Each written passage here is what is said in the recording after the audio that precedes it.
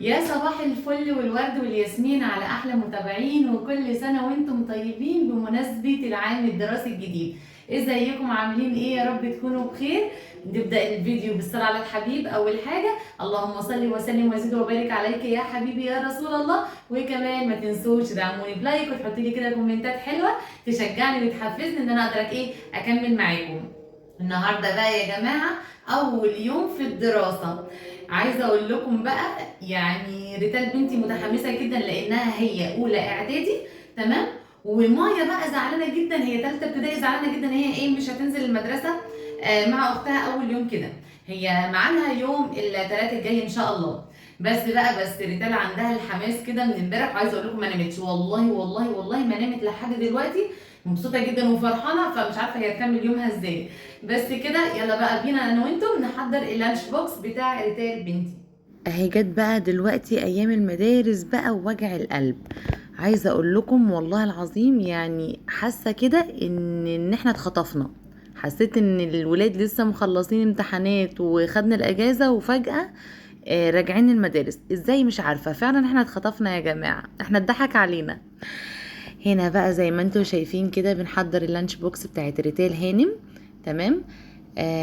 هعمل لها سندوتشات جبنه رومي، هعمل لها لانشون. هي ملهاش قوي في اللانشون بصراحه، فهعمل لها سندوتشين كده جبنه رومي. وعايزه اقول لكم بقى ان متحمسه جدا لاستخدام الساندويتش ميكر. زي ما قلت لكم كده الفيديو اللي فات ان هم كانوا نفسهم فيه بصراحه من زمان، وانا والله عن نفسي يعني كان نفسي ان انا اجيبه وكده، بس الحمد لله يعني جبته كده. اللي عايزه افهمه لكم ان وقت ما ربنا بيأذن، يعني ان الحاجه اللي انت عايزاها تيجي، فهي بتيجي وكده. اهم حاجه ان انت تكوني حاطه الحاجه اللي انت عايزاها في اهدافك.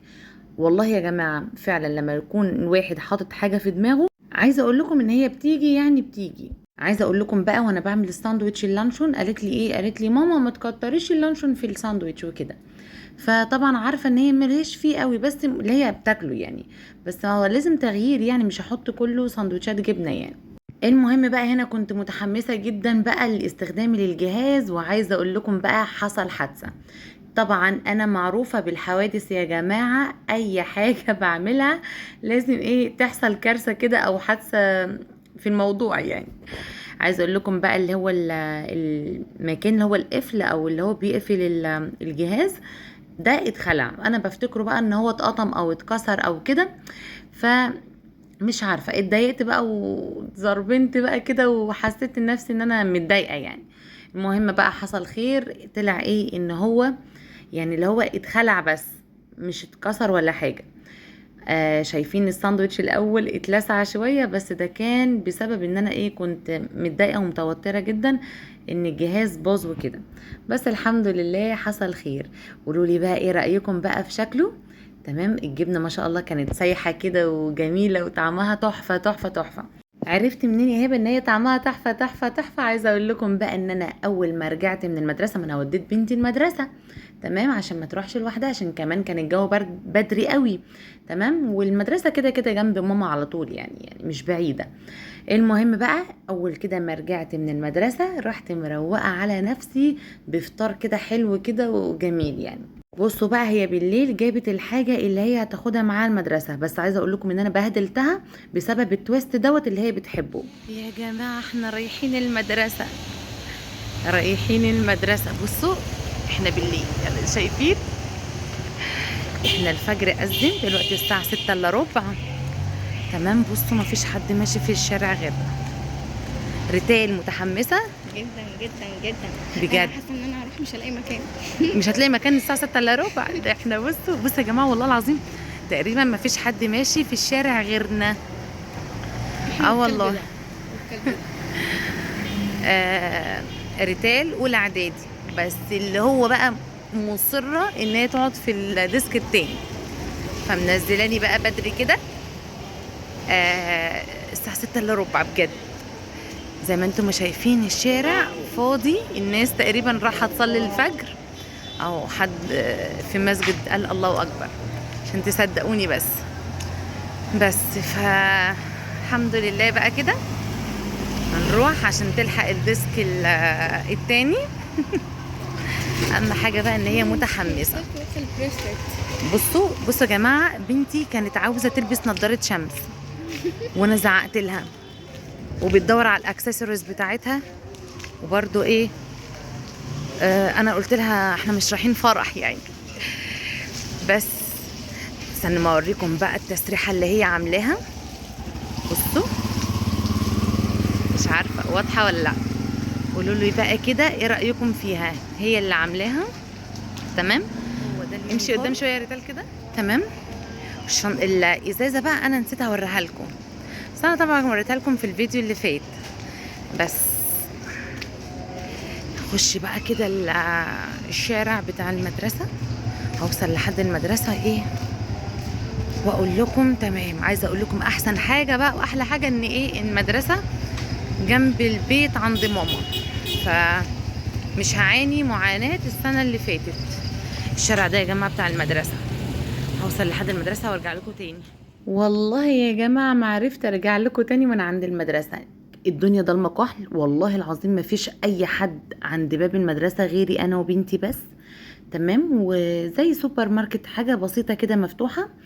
والله العظيم كنت خايفه جدا بقى، وفي كلاب ومعرفش ايه، انا كنت مرعوبه، فما عرفتش ان انا اصور لكم تاني. وبعدين بقى لما بدأت بقى الدنيا تتزاحم بقى والطلاب يجوا وكده واولياء الامور، وكمان انا في مكان فيه مجمع مدارس، يعني في مدارس كتير جدا، فعايزه اقول لكم بقى يعني الدنيا كانت زحمه، فما جاش في بالي بقى تاني ان انا ايه يعني اشارك معاكم الوقت ده.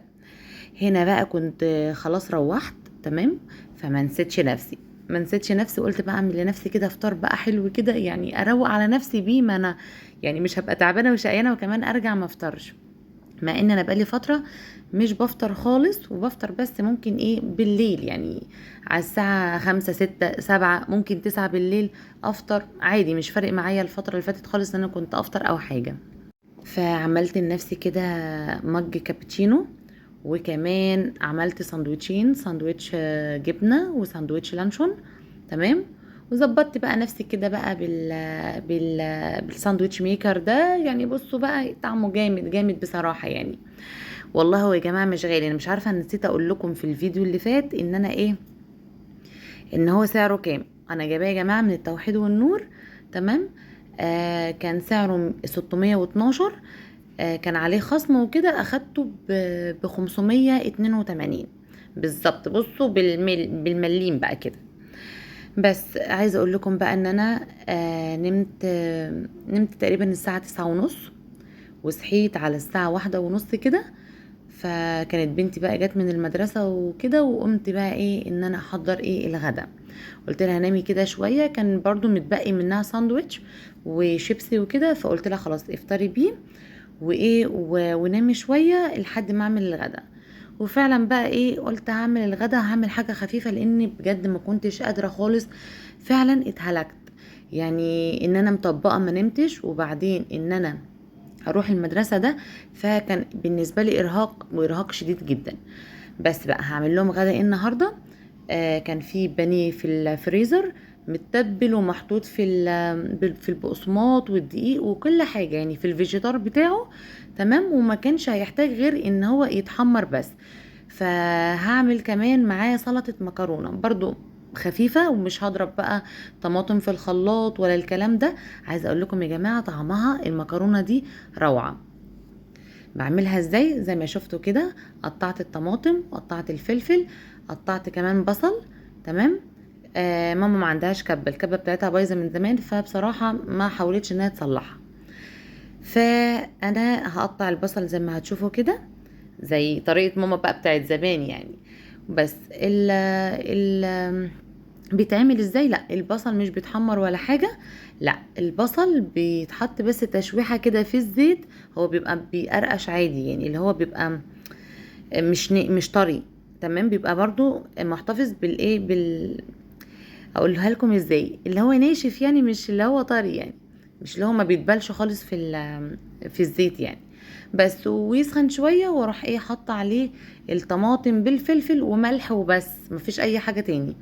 وبعدين بشطف المكرونه كده اللي انا سلقاها بميه سخنه. تمام. وبعد كده بروح حطاها فيها وبقلبها وخلاص، شكرا على كده، ما بعملش اكتر من كده. طريقتها سهلة وبسيطة جدا، مش مرهقة ولا متعبة، وطعمها بجد روعة.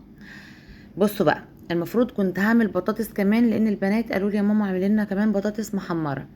كنت هعمل، بس انا بصراحة حسيت ان انا مش قادرة اقف خالص. والله انا تعبت بجد، ظهري وجعني جدا من الوقفة في المدرسة عند المدرسة، ورجلي بجد ما كنتش قادرة بقى خلاص ان انا اقف عليها تاني.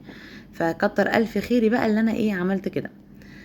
بس زي ما انتم ما شايفين كده، البانيه كان في الفريزر ما احتاجش اي ارهاق ولا تعب ولا مجهود ولا اي حاجة.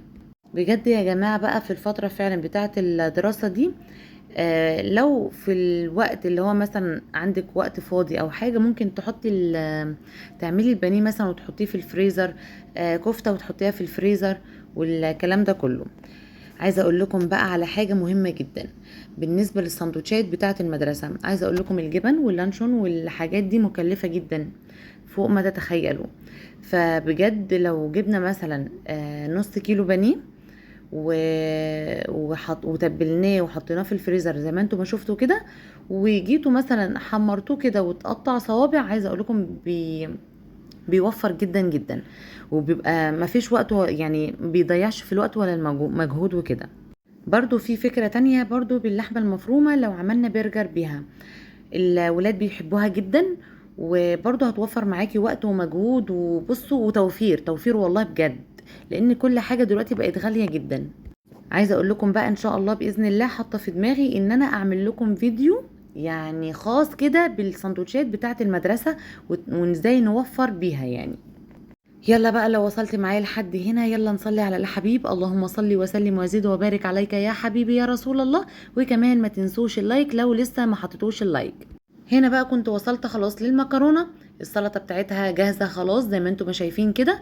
طبعا المكرونة كنت اول حاجة عملتها ان انا سلقتها وحطيتها على جنب، تمام، لحد ما احمر البانيه، وهي زي ما شفتوا كده ما خدتش بالظبط يعني 3 دقايق على النار. عايزاكم بقى يا حلوين تجربوا المكرونة دي وتقولوا لي كده في التعليقات ايه رأيكم فيها. بصوا بقى شكل البانيه حلو ازاي. عايزه اقول لكم بقى ان البانيه مش عارفه شكله غامق ليه في الكاميرا، بس هو والله ذهبي يعني فاتح. بصوا بقى بيت العيله يعني البركه كلها يا جماعه. احنا بناكل كلنا في طبق واحد، يعني مش زي بقى بيوتنا احنا كل واحد ليه طبق والكلام ده، لا لا لا خالص، احنا بناكل في طبق واحد كلنا. هنا بقى عايزه اقول لكم ان ابني حبيب قلبي روح قلبي انا عمل لي الايس كوفي ده. والله بصوا في بداية ما عمله والله كان يعني الرغوة كده لحد فوق يعني. بس عايزة اقول لكم ان انا على بال ما جبت التليفون واصور ومش عارف كان اخد وقته وهبطت شوية. روح قلبي انا والله العظيم قال لي يا ماما انا بكافئك عشان انت تعبتي النهاردة جدا. بس بقى يا جماعه هو ده كان فيديو النهارده، بتمنى كده يكون عجبكم. ما تنسوش تحطوا لي لايك وكومنت كده حلو زيكم، واشوفكم في فيديو جديد واقول لكم مع السلامه.